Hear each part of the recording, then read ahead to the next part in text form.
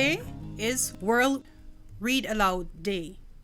The National Library of Guyana is one of the country's advocates for literacy and is partnering with other publishing companies as we join the world in highlighting World Read Aloud Day, which is observed on February 3rd. This day is usually observed on the first Wednesday of February.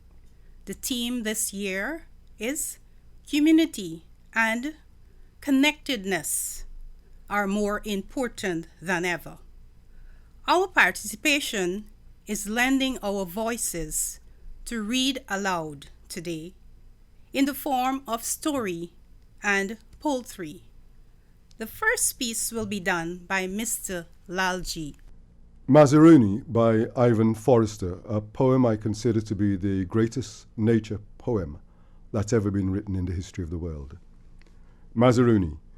My roar is that of 1,000 jungles. As from Pakaraima's lofty heights I plunge and clothe myself in mist and foam, winding, whirling, dancing my dance of death, gathering the gems, willful gems, my lure, just to scatter them again. Now I, deaf Apakaya's mighty's barriers, rocks weather-bitten, rocks water-torn, revealing an unerring tally of 1,000 ages. I flowed then as I flow now, never thwarted, never contained, never once prisoned, granting never a shrug for those whose perished crafts, whose hapless arts I do not mourn, whose death rattles are but a wailing only of my impetuous passions, whose bleached bones toss with the gems, unknown, rolling bones, bones that secrete the melodies of an endless dirge. Frail man, frail beast, if ever there was mercy in my passions, let these stricken Mora dead, like skeletons beached, these sodden Tacubas, gnarled, twisted, bitten in streams of blood. From the wine of my vitals speak I, Mazaruni, am their lord. Was I ever vanquished? Did I ever turn aside or retreat? When did man ever mock me? Remember, oh remember, when they came to wrest my fortune I sought their lives, debts unnailed, the graves unknown.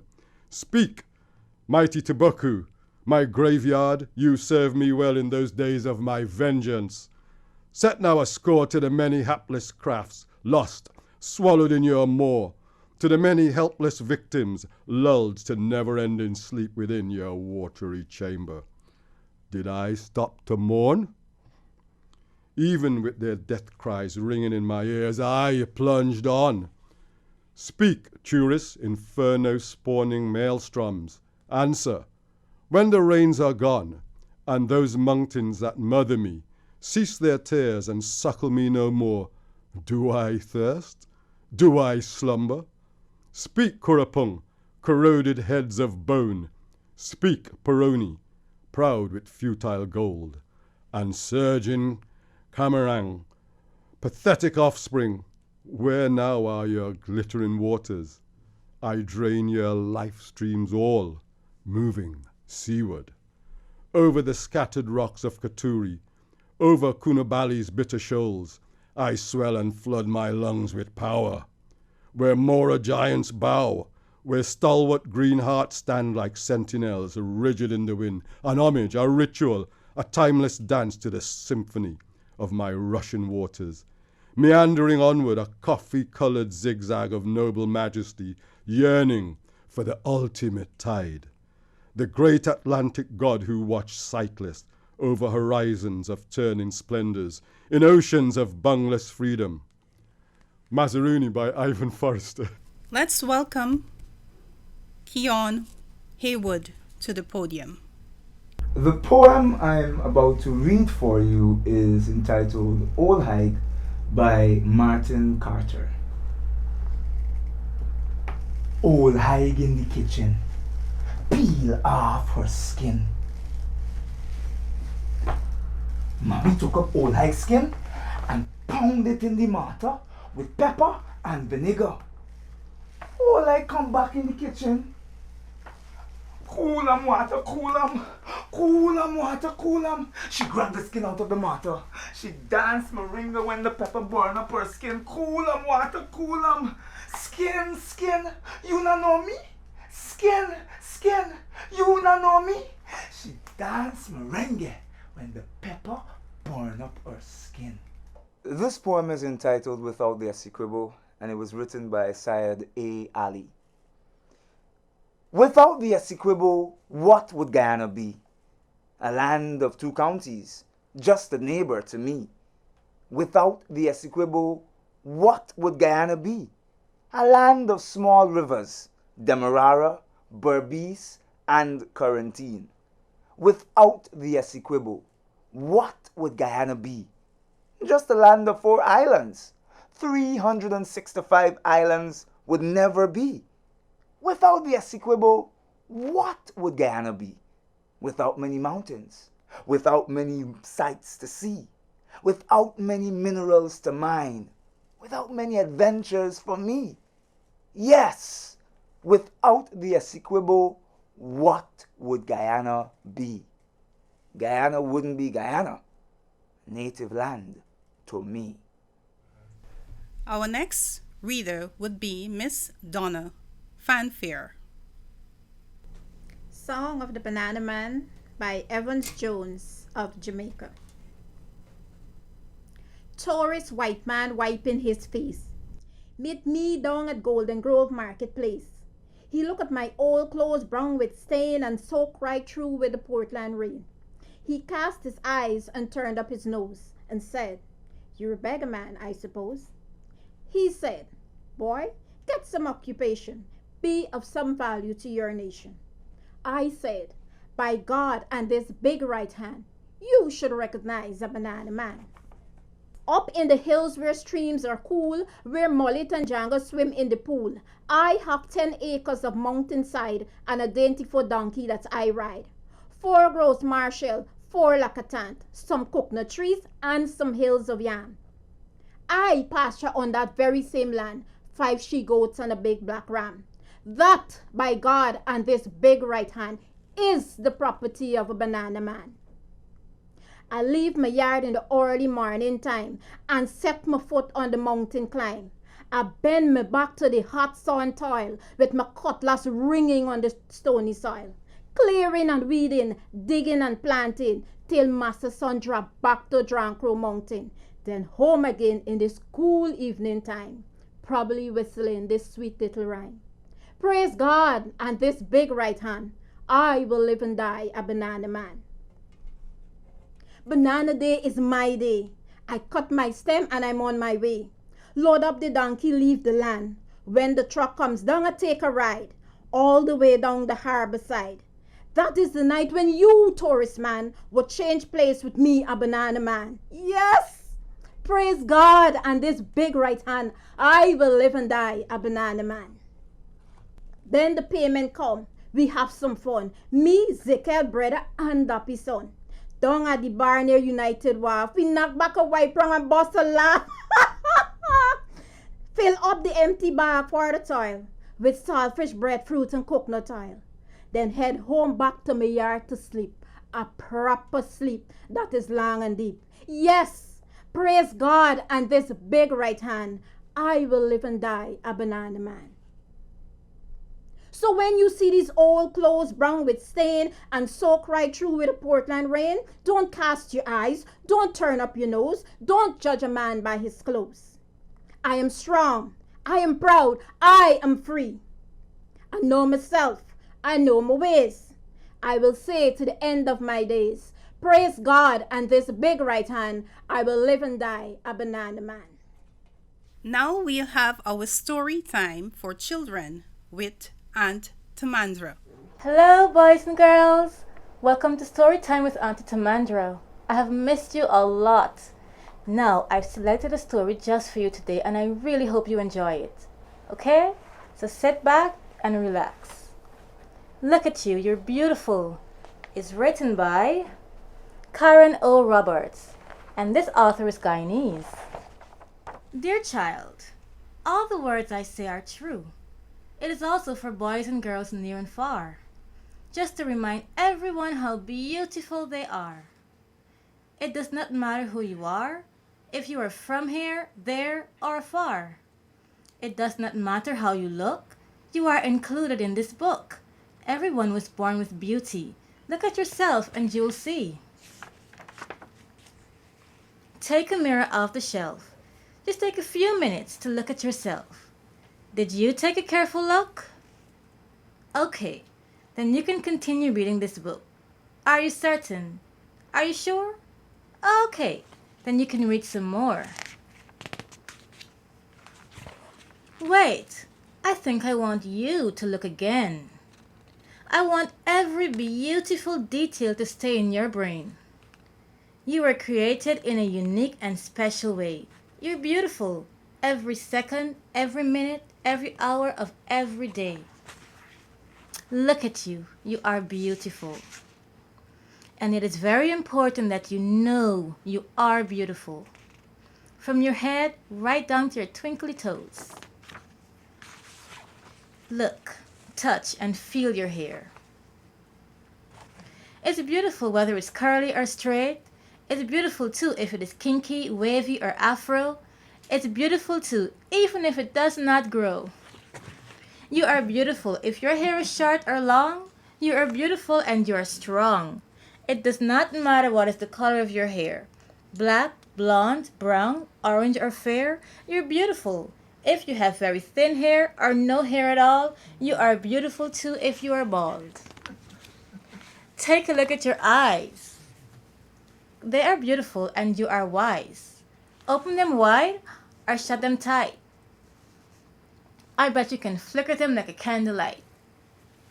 It does not matter what color your eyes are. I bet you can see near and really, really far. Whether your eyes are black, brown, or green, you are a beauty. It's in your gene. Whether they are gray or blue, they are beautiful and made just for you. Your eyes are beautiful. You have two. Can you see me?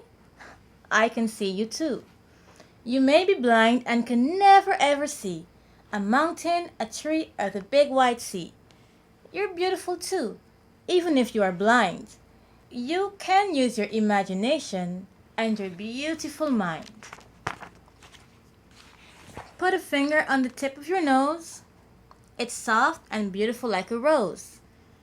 Touch your lovely cheek. They become more beautiful. Kisses after kisses, week after week. Softly pinch your little ear. They're beautiful too. Music and whispers they love to hear. You may be deaf and cannot hear any sounds, but you can feel the beautiful beat of your heart when it pounds. You are beautiful. If you can't say a single word, or if your voice cannot be heard, you are beautiful.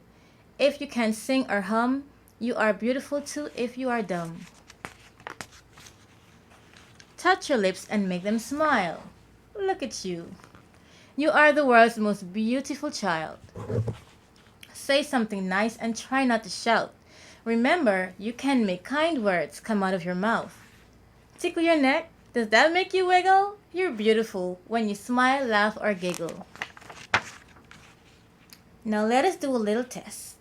Lay your hand upon your chest. Breathe in. Breathe out. Breathe in. Breathe out. Can you feel your heartbeat? I have no doubt. I can feel mine too. That's why I'm beautiful and so are you. Now put a hand on your tummy. Have you eaten anything yummy? Inside of you are many important organs. Your heart, kidney, liver, and lungs. Can you feel your tummy rise and fall? You are alive, beautiful inside, and that's best of all. Take a look at your beautiful skin. It may look different, but everyone is alike within. Whether your skin is dark, brown, pale, or light, you are beautiful. Love yourself with all of your might. You may be tall or short, thin or fat. You're beautiful too. Always remember that. You may be shy, or you may be bold. You're beautiful and more precious than gold. Clasp your hands. Look at them for a while. Here is something that will make you smile. I will give you a little hint. Every finger has a unique print. Keep that smile. Smile big and wide. And feel your beauty deep down inside. Your arms are beautiful and very helpful too. They can do many, many things for you. They also like to swing and wave goodbye. Can you raise them high to the sky? Then open them wide, wide, wide, like you can fly. Maybe your hands can't do anything. They can't clap. That's okay. You're beautiful too. If you're handicapped, you're beautiful. Your legs too are your beauty. Be thankful for them. They have a hard duty. They can do all sorts of things for you. They can carry you very far, even without a shoe. They are beautiful and can walk and run, jump, hop, skip, and dance in the sun. They can take you to the beach. Isn't it fun to feel the sand under your feet? But maybe you have one leg or none at all. If you try to stand, you may fall. And even if you cannot climb a stair, you are beautiful too if you sit down in a wheelchair. It does not matter who you may be. Believe in yourself and you will see just how beautiful and amazing you can be. Everyone is born with a special gift. If in your heart you know it, bit by bit, so keep your dreams alive like a fire. You can do anything your heart desires. There are beautiful people all around the world, but they all look different, every boy, every girl. We are all different and unique, sometimes even in the language that we speak. We may be different and diverse, but we are all beautiful, beautiful like our universe. It does not matter what anyone may say. Know in your heart, you will always be beautiful, beautiful in your own special way. Thank you, boys and girls. See you next time. Bye. My story, I'm Beautiful Like Me, by Karen O. Roberts. Dear Barbie, thank you very much for being my friend. But this letter I had to send. You're always so kind and true, but I will never be able to borrow your shoe. I'm sure you already know you're so perfect from head to toe. But look at me, you will see. I'm not as beautiful like you. I'm beautiful like me. Your hair is shiny, perfect, and long, and mine hardly ever stay where it belongs. I wash it, brush it, and try to fix it like yours, but it still gets wild and fuzzy and swirl. Sometimes I just leave it alone. Sometimes I twist it up like a big cone. My dear friend Barbie, I'm not beautiful like you. I am beautiful like me. Your face is so perfect. You never cry. I will never look like you, no matter how I try. You always look so very glad. Don't you ever get angry or sad? I never seen you cry, yet mother has to wipe my tears dry. But look at me, and you will see, I'm not beautiful like you, I am beautiful like me. Your clothes are always so pretty and clean. Sometimes I spill on mine and turn them green. Your skin is smooth and without spots. My knees have scars from boo-boo I got. You are so tall and slim and slender. I'm not so tall, but I'm kind and tender. So look at me, you will see. I'm not beautiful like you, I am beautiful like me. Your stomach is perfectly flat, but my stomach is a little fat. Your legs are skinny and so long. Mine are not, but I know they are strong. Your makeup is always smooth and flawless, but sometimes I look like a mess. Still, look at me and you will see. I'm not beautiful like you, I am beautiful like me.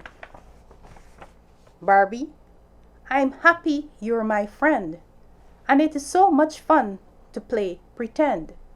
I will never forget your friendship and how you came with me on every trip. But look at me. Take a look at me. I am not beautiful like you. I am beautiful like me. I am different, as different can be. But I still like to play with you and share my tea. All of me, my hair, my face, my lips, my nose, my eyes, my skin, my feet, my clothes, my legs, my arms, my fingers and my toes. I look nothing like you. Everybody knows.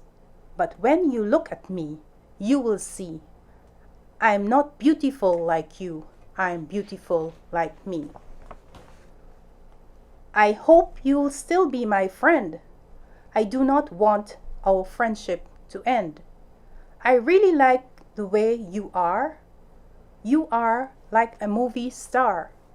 And me? I'm unique. There's only one me. I'm simply extraordinary. I hope that you will see I'm not beautiful like you. I'm beautiful like me. Your friend, me. Coming to the podium now is Miss Merle James. The Golden City, written by E.L. de Weaver, a Guyanese. Long years ago, before white or black men, before Chinese, Portuguese, or East Indians came to British Guyana, there lived in our country a race of people, a few of whom still remain to this day. These people were red-skinned in color. They lived and still live all over the continents of North and South America, but more especially in that tropical portion that extended from Mexico to Brazil. This portion of America, as you will see on your map, includes Guyana. When the first white men crossed the Atlantic from Europe and came to America, they thought they had gone around the world and found India. And so they called the islands they met West Indies, and the people who lived on them Indians. These first white men were Christopher Columbus, who discovered most of the West Indian islands in 1492, and John Cabot, who discovered the mainland of America in 1497. When in 1498 Columbus sailed to America, there were no towns such as we see today along the coast of Guyana. Scattered villages of a prehistorical people, Indians, were to be found. We learn of these people from remains dug up from time to time by gold diggers, diamond seekers, and others. Other explorers soon followed Columbus to America, but for nearly a century, little or no attention was paid to Guyana. Then in the 16th century, there spread to Europe a wonderful story about a city of gold called Manoa El Dorado, which men said was to be found in the heart of Guyana. Men have always rushed in great numbers where gold is to be found easily and in quantities. So, soon many adventurers were turning their sails towards these shores. The story of El Dorado. In 1531, Don Diego de Ordaz, one of the captains of Cortes, the Spaniard who conquered Mexico, sailed up the Orinoco River. His stock of powder exploded, and the monitor, Juan Martinez, was charged with negligence and set adrift in a canoe on the river. Some months afterwards, a strange white man was taken by Indians to Margarita and sent to Puerto Rico. He was wasted with sickness, want of food, and feared he would die. He called to his bedside the priests who were carrying him, and presenting them with 2 gourds full of gold beads, told them a wonderful tale about himself. The sailor said he was Juan Martinez, Don Diego's munitioner. After having been set adrift, he floated with the current until evening. when some Indians rescued him. They had never before seen a white man, and blindfolding him, set out on a 4 days journey to their king to show what a curiosity they had found. When they reached the city, the Indians undid the sailor's bandages. He opened his eyes and beheld a marvelous sight. All around, stretching as far as the eyes could see, were houses of shining gold and dazzling precious stones. He walked with his guides through the city a whole day before they reached the palace of the king. The sovereign treated the sailor well, but for months never permitted him beyond the boundaries of the city. The name of the city was Manoa, and it was washed by a far-stretching lake named Parima. The emperor was known as El Dorado. For his bath every morning, showers of gold dust were blown through myriads of tubes. He was then anointed with sweet-smelling spices and rare herbs unknown to the old world. Even the sandals of his feet were fashioned from single precious stones. But the sailor at last began to pine for his native land. He pleaded with the king to allow him to leave, and after many months of waiting, his prayer was heard. He set out for the Orinoco with a party of the king's subjects. But on the way, they were attacked by Orinoco Indians. They robbed him of his treasure, with which the king of Manoa had presented him, and he barely escaped with his life and 2 gourds full of gold beads, which he had hidden from with his food. The story was probably made up by the sailor himself, so as to gain the sympathy of the priests. It is now regarded as a myth and a legend, but in the days it was bandied from mouth to mouth until all Europe was ablaze with it. The hunt for El Dorado. Numerous expeditions set out to find El Dorado, and Lawrence Keymis, one of Sir Walter Raleigh's captains, mentioned 20 of these attempts. Sir Walter Raleigh himself heard the story while cruising in the West Indies in 1592, and he believed every word of it. Returning to England, he fitted out an expedition which returned to Guyana in 1594 under Captain Whiddon to make preliminary inquiries about El Dorado. Except for further details added to the imaginary story, Whiddon learned nothing definite about the Golden City. In 1595, Raleigh himself came to Guyana. He first stopped at Trinidad, where he burnt St. Joseph, the capital. Trinidad then was a Spanish colony. Raleigh made prisoner the Spanish governor, Don Antonio de Berrio, who had repeatedly for several years tried to find Manoa. Berrio tried to dissuade Raleigh from his attempt and told him that in the expedition he had lost almost the whole party of 700 horsemen, 1,000 head of cattle, besides women and Indians. This report only increased Raleigh's desire to succeed. Raleigh and his captains, Keymis and George Gifford, with 40 men, started out in boats up the Orinoco River. For days, weeks, they suffered many hardships, being all the while exposed to the burning sun and tropical downpours of rain. All the while, they lay before them mile after mile of stretching river bordered by dense forest. The men wanted to turn back, but Raleigh either told them that their destination lay around the next bend in the river, or himself took a turn at the oars. Then one day they arrived at an Indian village. The chief entertained them, making them many presents. He told them that about 4 days' journey further up the river there was to be found a rich gold mine. Raleigh went, but no rich gold mine was to be found. The rainy season now began to set in, and disappointed but not disheartened, Raleigh set out on his return journey. The settlers attracted. On his return to England, Raleigh published a book, The Discovery of Guyana, which advertised the country very much. Raleigh said that Guyana was a rich and beautiful country, the rivers glorious, its plants and birds of several varieties, its fruits luscious. Whatever prince he wrote shall possess it. That prince shall be lord of more gold and of more cities and people than either the king of Spain or the great Turk. He also said that far away in the interior was a tribe of Indians whose heads were beneath their shoulders. These reports, though for the greater part fictitious, caused Dutch, English, and French traders to be attracted to Guyana. In 1616, Lawrence Keymis returned to Guyana, and at Raleigh's expense, he made a list of the rivers from the Amazon to the Orinoco, and on his return, told Raleigh he believed El Dorado was situated on a lake Rupununi, which is Rupununi, to which the Essequibo led. This caused the location of El Dorado to be given as Lake Amuku in the Rupununi. For 14 years, 1602 to 1616, Sir Walter was imprisoned in the Tower of London on a charge of high treason. When he was released, he prepared his last and largest expedition to come to Guyana.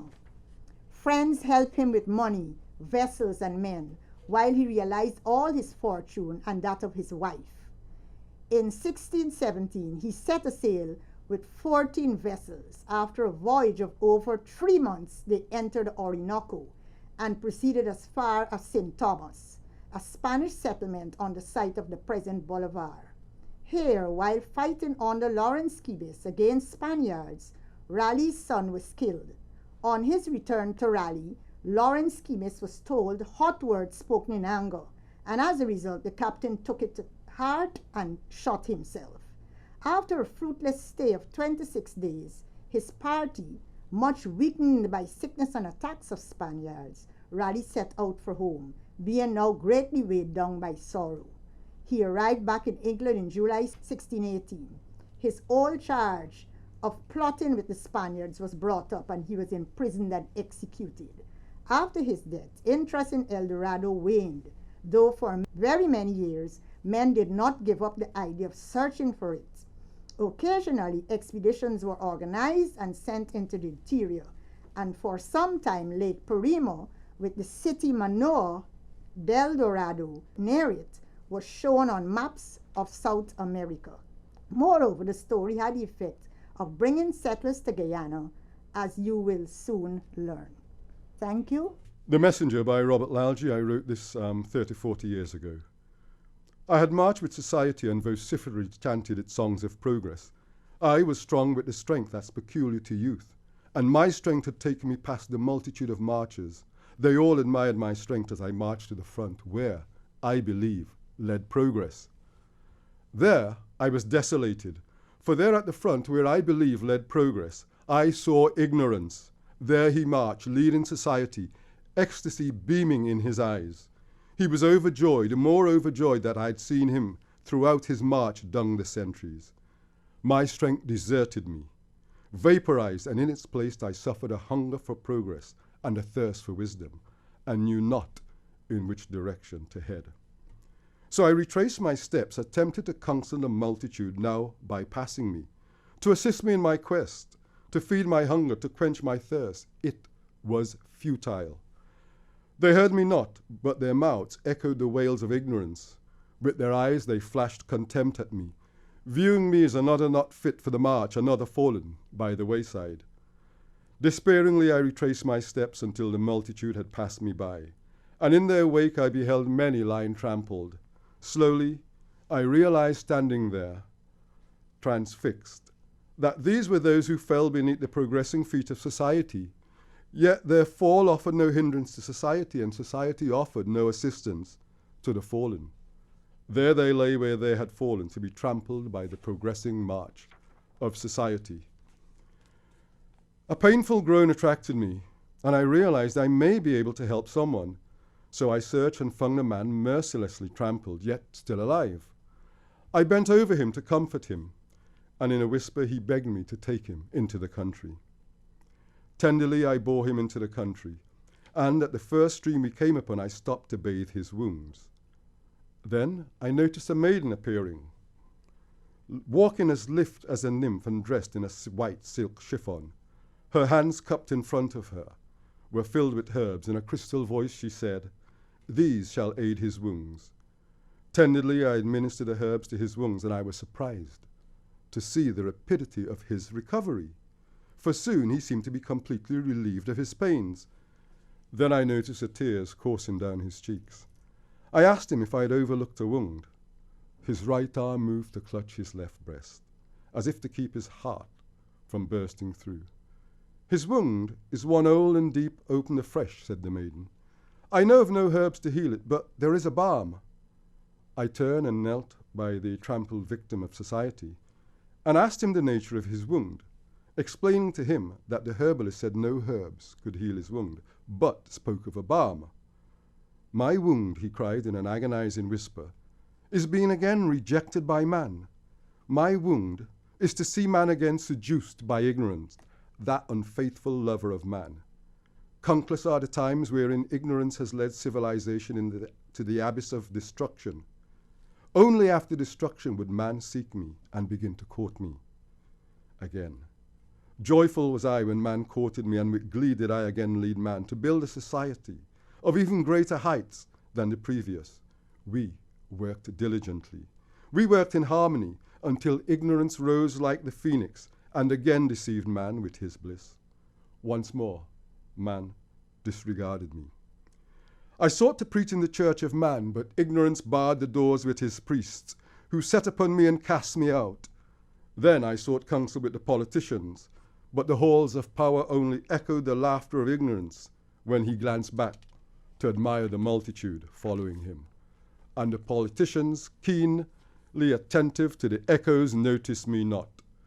The courts, they banished me when they issued legal acts of war, making mass murder of brother by brother naught but illegality. This is the nature for my wound, for which you must bring the balm. I was astonished and lost, and asked him, Tell me, sage, I asked, where is it possible to procure a balm for such a wound? You call me sage, he answered, yet you would be correct by calling me progress. I was shocked, for here lay progress, whom I had searched for with such energy. Here he lay, mortally wounded by man in his ignorant march. Slowly I turned to gaze at the maiden, shy in her simplicity. And I recognized Wisdom, whom I had mistaken for a herbalist. Tell me, Wisdom, where may I obtain this bar for progress? For I know not where to look, and his need for it is great.